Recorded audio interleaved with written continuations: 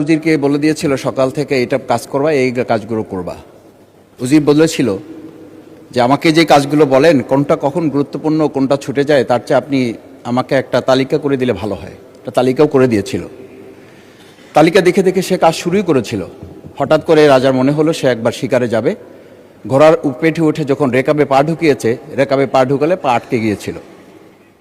পাটা যখন ছুটাতে পারছিল না তখন সে উজিরকে বারবার ডাকছিল, আমার পাটা এখান থেকে বের করে দাও। পাটা বের করতে যাচ্ছিল না উজির, কারণ উজির বারবার খুঁজছিল যে তালিকাটা করে দেওয়া হয়েছিল সেই তালিকার মধ্যে পা আটকে গেলে ওটা বের করে দেওয়ার বিধান ওখানে আছে কিনা। শেষ পর্যন্ত রাজার পা আর ওখান থেকে বের করা যায় নাই এবং রাজাকে মুক্ত করা সম্ভব হয় নাই বলে আমরা গল্পে জেনেছি। ঠিক আমার কাছে আজকে সংসদ এরকম একটা গল্পের মতো মনে হয়।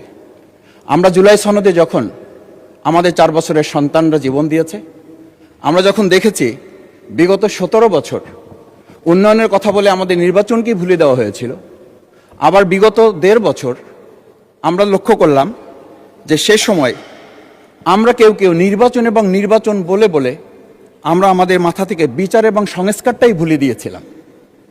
আবার এখন এসে আমরা দেখলাম যে আমাদের নখের কালি শুকাতে না শুকাতেই উন্নয়নের কথা বলে আমরা আবার জুলাই সনদটাকেই ভুলিয়ে দিতে বসেছি।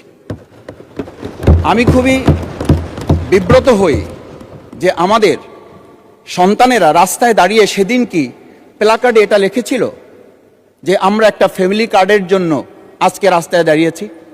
সেদিন তারা দাঁড়িয়েছিল, মাননীয় স্পিকার, সেদিন তারা দাঁড়িয়েছিল, লেখা ছিল রাস্তাগুলোতে আমাদের সন্তানেরা বুকে গুলিবিদ্ধ হয়ে পা হারিয়ে চোখ হারিয়ে দাঁড়িয়ে রাস্তা ব্যারিকেড দিয়ে লেখা ছিল রাস্তা সংস্কারের কাজ না, রাষ্ট্র সংস্কারের কাজ চলছে।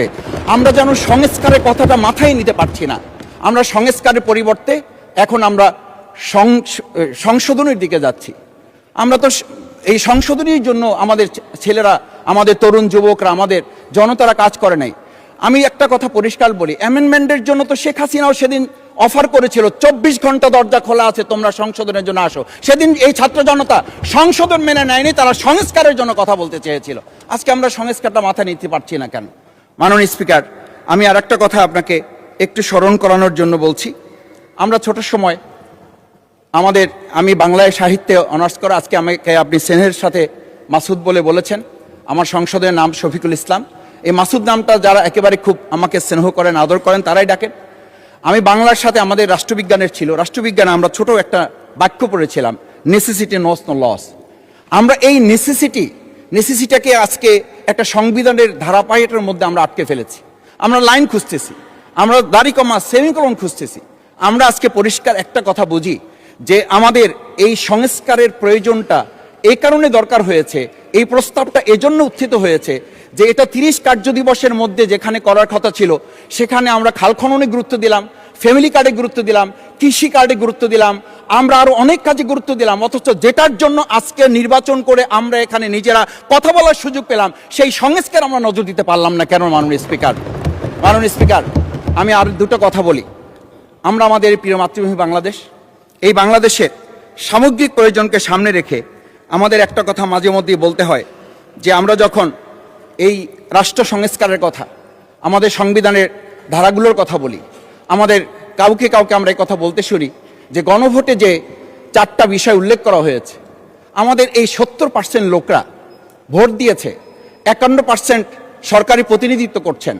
আমি তো একটা কথা যদি পরিষ্কার করে সরকারি বেঞ্চে যারা আছেন, ট্রেজারি বেঞ্চে যারা আছেন, তাদের বিনয়ের সাথে যদি জিজ্ঞেস করতে চাই যে আমরা 51% ফ্যামিলি কার্ডের পক্ষে ভোট দিয়েছে আর আমাদের 70% তো জুলাই সনদের ভিত্তিতে রাষ্ট্র গঠনের পক্ষে ভোট দিয়েছে।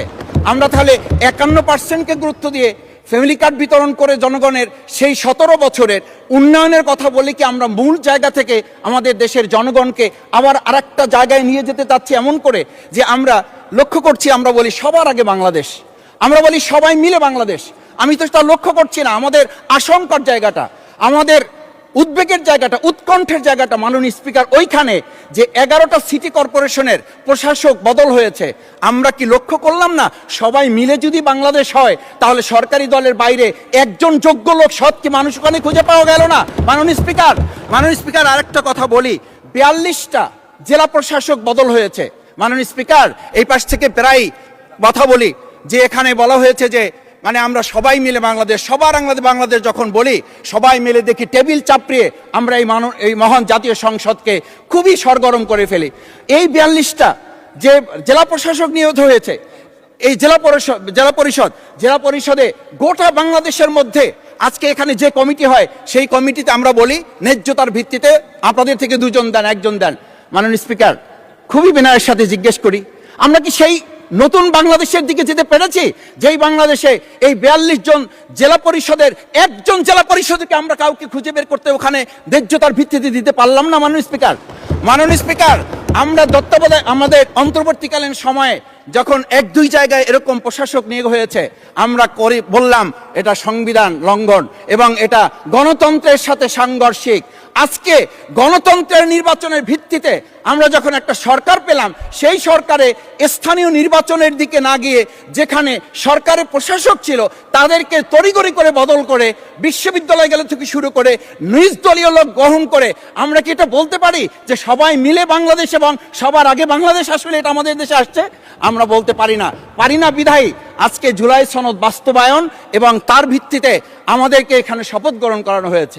আমাদের এই ট্রেজারি বেঞ্চ থেকে আমাদেরকে বলা হয় এটাই নাকি অবৈধ হয়েছে। অবৈধ একটা কাজ জাতীয় সংসদে আমাদের কাছে কাগজ প্লেস করেছে কে? যারা প্লেস করেছে তাহলে তাদেরকে তো আগে আইনের আওতায় নিয়ে আসা উচিত। এই অবৈধ কাজে আমাদেরকে কারা সহযোগিতা করেছেন? এই অবৈধ প্ররোচনা আমাদেরকে কে দিয়েছেন? এটা তো আমরা জোর করে কেউকে ঘরের পকেট থেকে আমরা নিয়ে আসি নাই। মাননীয় স্পিকার, আমি তো বাউফল থেকে আমার এই মানে সংস্কারের শপথের জন্য আমি তো কাগজ বাউফল থেকে নিয়ে আসি নাই, এখান থেকে দেওয়া হয়েছে। মাননীয় স্পিকার,